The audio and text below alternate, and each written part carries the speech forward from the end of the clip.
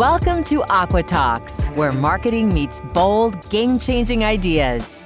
Join your hosts, Larry Aldrich and Maddie Dudley, as they explore the art and science of cutting through the noise, capturing attention, and fostering meaningful connections with your audience.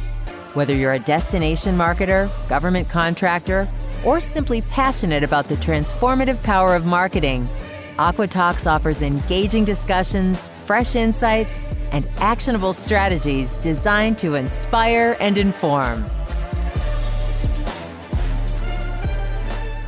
Hi, and welcome back to Aqua Talks, the podcast for marketers, whether you're just getting started or you are a seasoned pro within the industry. I'm Maddie. I'm the Public Relations Director for Aqua. This is a podcast that is brought to you by Brensis Technology, a service-disabled, veteran-owned business. I am joined today, as always, by my co-host, Larry Aldrich. Hello, I'm Larry Aldrich, President and CEO of Brensis Technology and Aqua Marketing and Communications. Today, we're joined by the owner and CEO of TargetGov, Gloria Larkin. Hello, Gloria. How are you today? Hey, Larry. I am doing fabulous. I am super excited today to chat with you and Maddie about all these things that are happening in the federal government There's a lot marketplace. going on. There sure is. To get started, we'd love to know a little bit more about your background as well as how you came into the position that you have now at TargetGov. And before you start, Gloria, I just like to let everyone know I've been working with Gloria for quite a few years now. She really helped us out at Brensis when it came to marketing to the federal government, helping us build a business development platform. It was an amazing program you have. As you go over your background, please throw in a little bit about the program that we work together with. Thank you. Oh, Larry, you're the best. So, Gloria Larkin, as president of TargetGov, I started the company 28 years ago. Even I cannot believe it's been 28 years. And we focus 100% on helping companies like Brensis see results in the federal government marketplace. We only work in federal government.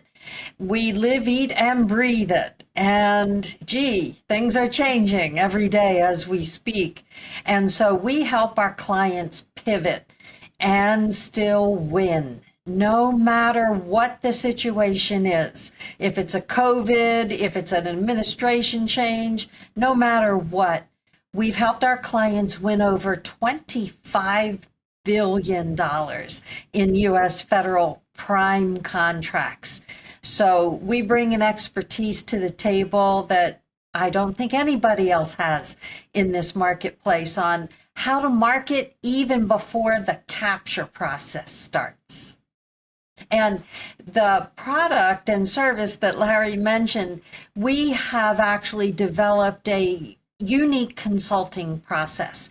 We call it FAST, F-A-S-T, for Federal Accelerated Strategies and Tactics. And the whole point behind it is to help companies, small, mid-size, or large, start seeing results as quickly as possible in the federal government marketplace. That's wonderful. Well, diving into your expertise, we do like to talk about trends at the beginning of the podcast. So we'd love to hear your take on AI within the federal government and how it's being used and maybe some red tape that's going on as well. Well, this is something that actually started about 8 years ago.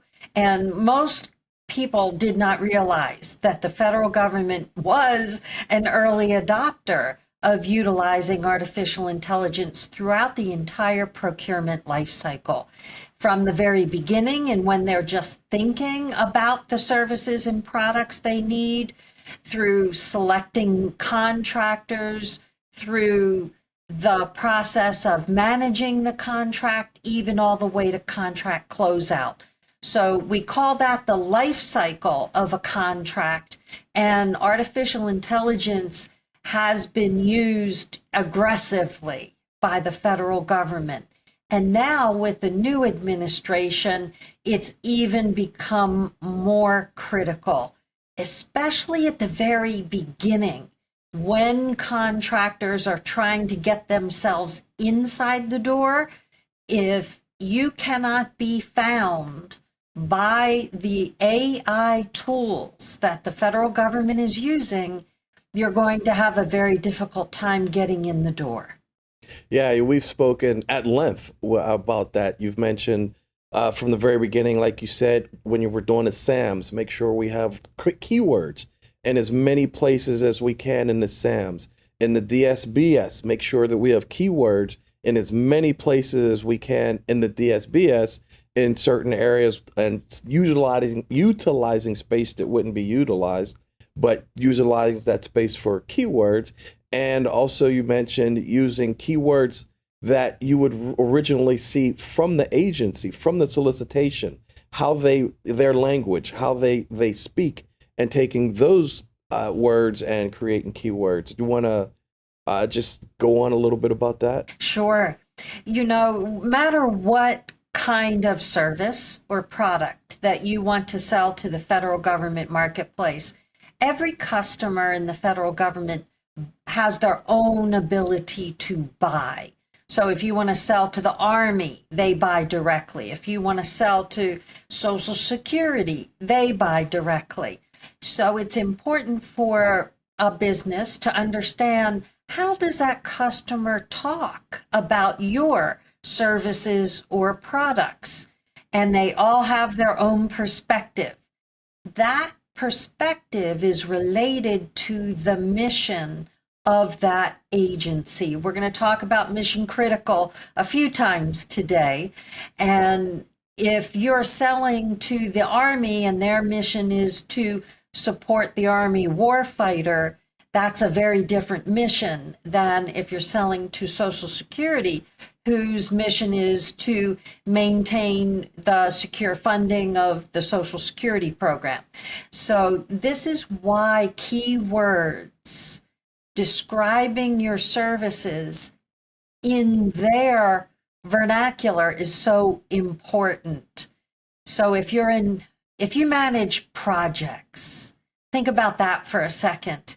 Project management is very normal in the federal government marketplace, but those two words as a phrase really are too generic.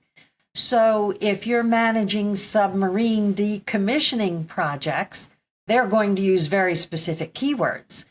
If you're managing cybersecurity projects, they will use their own cybersecurity keywords.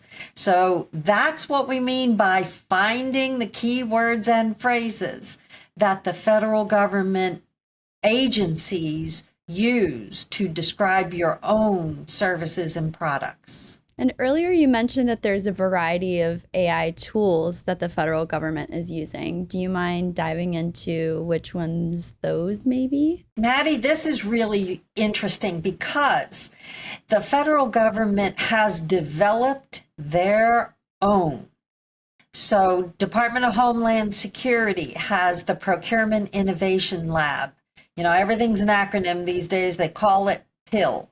So the DHS PIL has developed its own artificial intelligence tools to handle the entire life cycle of procurement. GSA, for General Services Administration, has also invested in their own AI laboratory and developed their own tools. So they're not using the publicly available tools like ChatGPT, Grammarly, Claude, and any of the newer tools. Instead, they're all developed in-house. Fascinating. That's cool. Yeah, you've mentioned you've been in this industry for a long time, and I know you help a lot of businesses without giving away too much information. And when I say that, I've been in business development and capture in the federal space for over 10, 15 years, and I still came to you and still come to you. That's just a little bit of how helpful you are and how you help work with other businesses, small businesses. But again, what are some of the opportunities that you think are being overlooked in government procurement today? For experienced contractors, the concept of capture is old school. And if anybody knows old school, it's me, being around 28 years. However, What that leaves out totally, and this is where new contractors and those who want to be successful, the marketing, what happens with marketing before capture starts is really the difference between success and failure. So let me tell you what I mean by before capture starts. The old school capture started once you've identified an opportunity. And that's normal. Through the Shipley process, if you're familiar with that term. Larry, thank you for bringing that up earlier. This is a well-known capture process, 50 some steps in what you should be doing once you've identified the opportunity. However, then you're just responding along with everyone else to what's already been determined are the needs of the agency. We've been very successful in helping our clients market to decision makers, sit down with them, talk to them, and shape the opportunity around their specific offerings and how they'll be acquired, meaning what kind of contract vehicle is the government going to use? Could it be something that is a GSA schedule contract vehicle, maybe a purchase card or a credit card? What is the way the government's going to buy it? So by proactively marketing, this is the secret to success in 2025 and beyond. If you can identify the decision makers, proactively reach out to them even before the RFP is written, then you have the opportunity to educate them about what you do, what you can bring to the table, whether it's services or products, and how they can buy from you quickly without going through an extensive, drawn-out competitive process.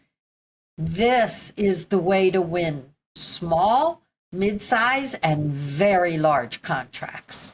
Gloria, what brought you into the business of marketing for the federal government? And sorry, go ahead.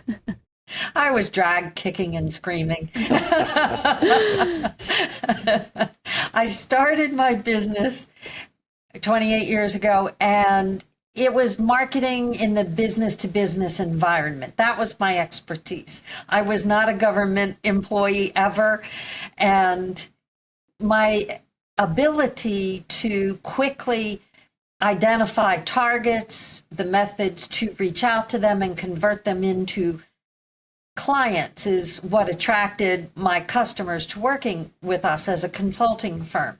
And we had 2 of those customers that said, what you're doing is really working well. Can you do the same for us in the government?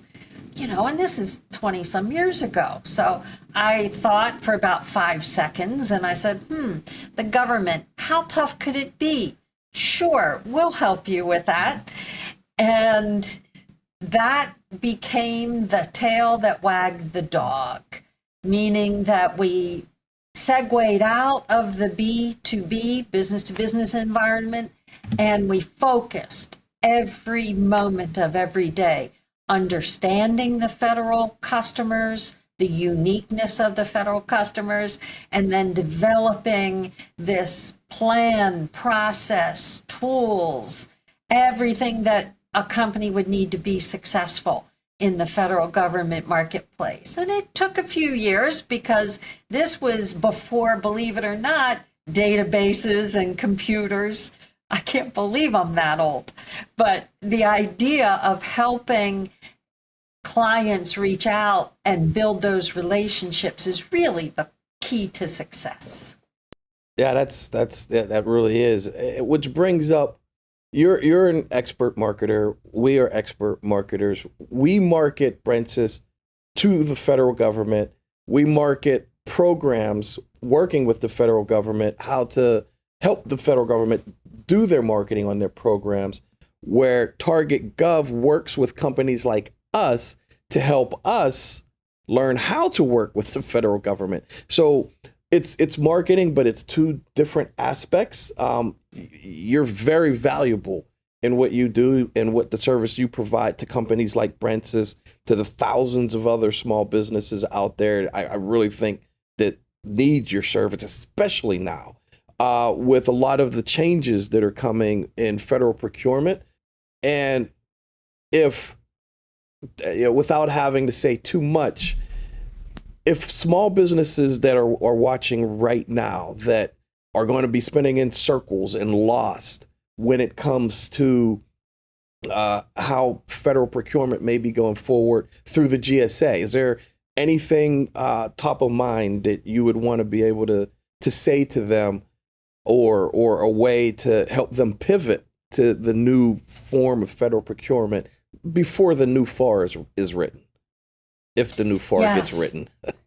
Larry, you are hitting many nails on the heads here, because key concept to keep in mind is pivotability. And this is something that small businesses are very agile. Small businesses can respond and change course, whether it's a small change or a major change. And along with that pivotability right now is understanding that with change comes incredible opportunity if you're willing to pivot.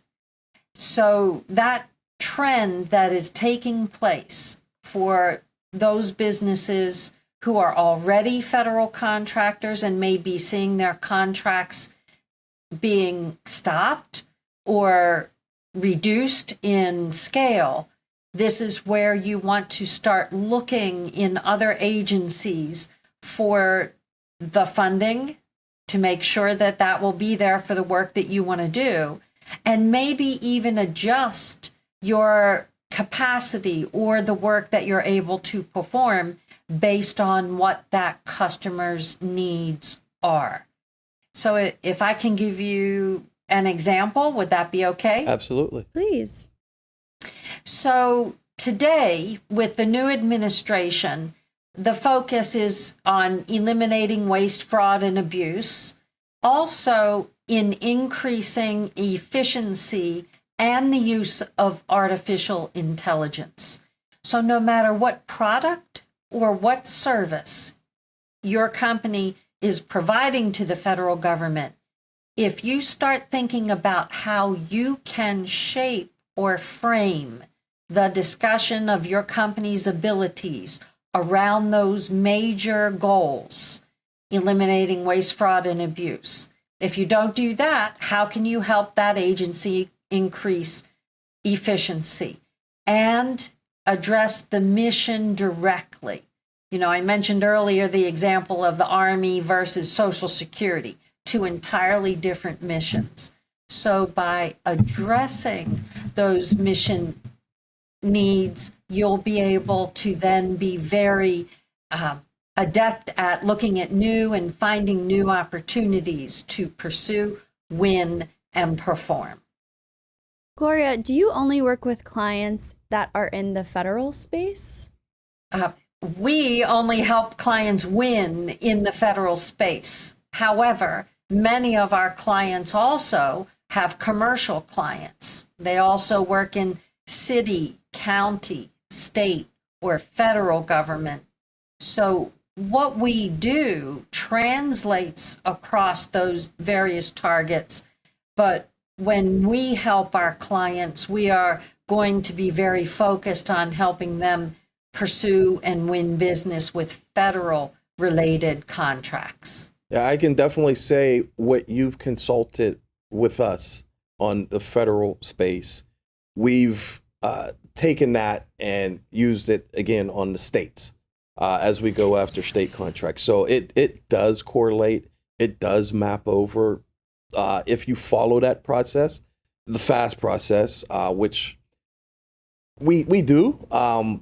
We fell behind a little bit, as I was mentioning to you when we spoke a few weeks ago, and that really does work because it affected some of the losses that we've had. I mean, we're not experts, or excuse me, we're not perfect. So we've had some losses when it comes to writing proposals and going after contracts. And a lot of those losses was because of the gaps that we skipped in that fast process, which is a very unique process. And thank you for that. But it did help us win a couple state contracts. So it does correlate, even though, like she mentioned, helping companies like Brent's win federal contracts. It does connect if you're going after state. We haven't really tried it too much on the private sector yet, which we are, but on the state side, the fast process it still is really helpful. Yeah, and you talk so much about pivoting too, and that's a helpful way. It sounds like it's a tool that can be utilized in any space, so that's great. Can you speak on any common mistakes that small businesses make in the federal space? And I know one big one you told us at the beginning is pick 3 to 5 agencies and do your research and learn. And you can actually jump onto that if you want also. But any common mistakes that you see small businesses making in federal procurement? Yes. And frankly, these aren't exclusive to small businesses. Any size business, I can be forewarned to try to mitigate these mistakes. One of the first mistakes is to not understand the differences in federal contracting.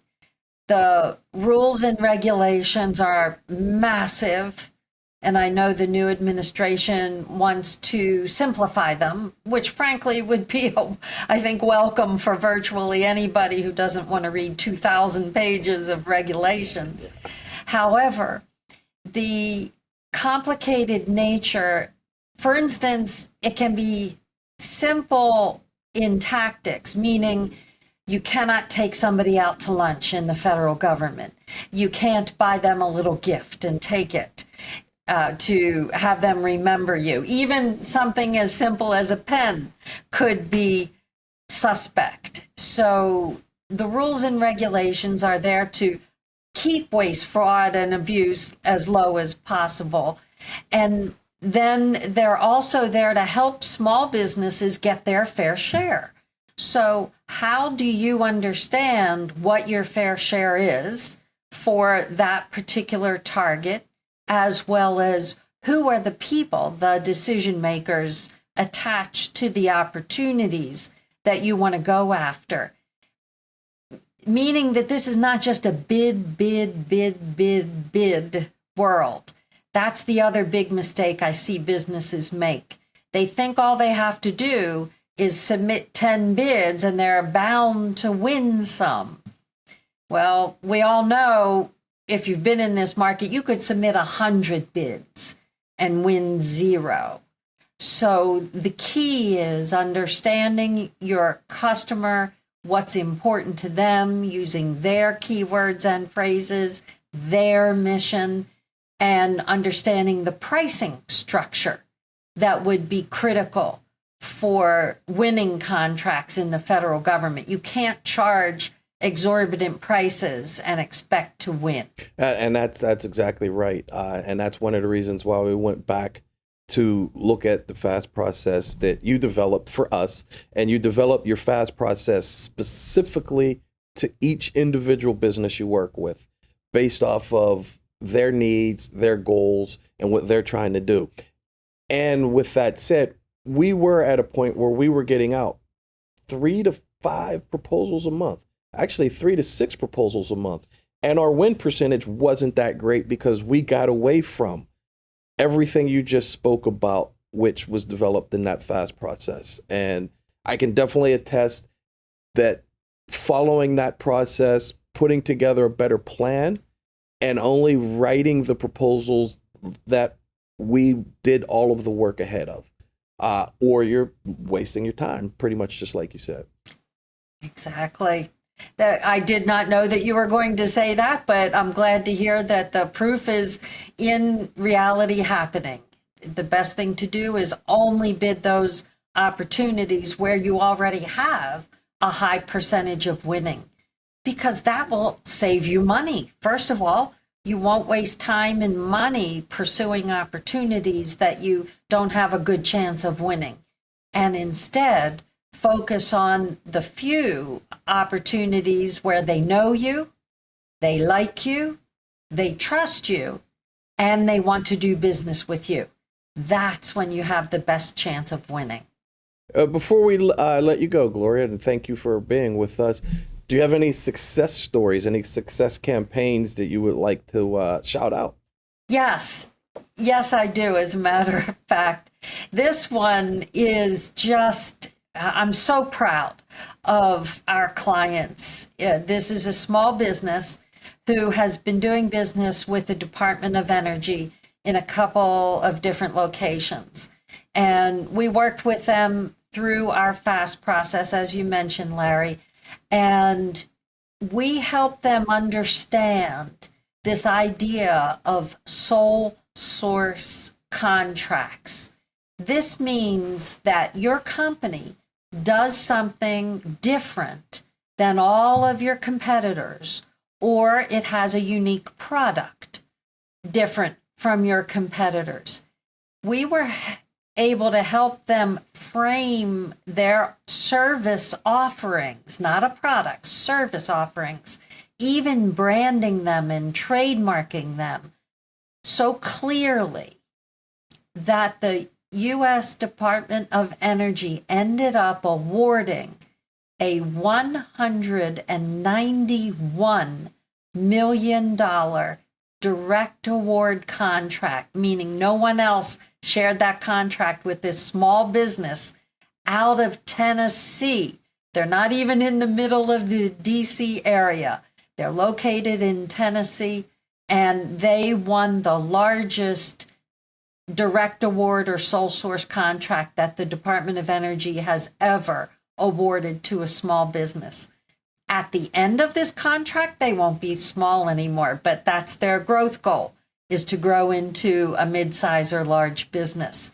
And understanding the whole idea around technical sole source ability or direct awards, separate from getting a sole source from HubZone or 8A or women-owned or service-disabled veteran. Those are wonderful ways to get sole source contracts if you have those certifications.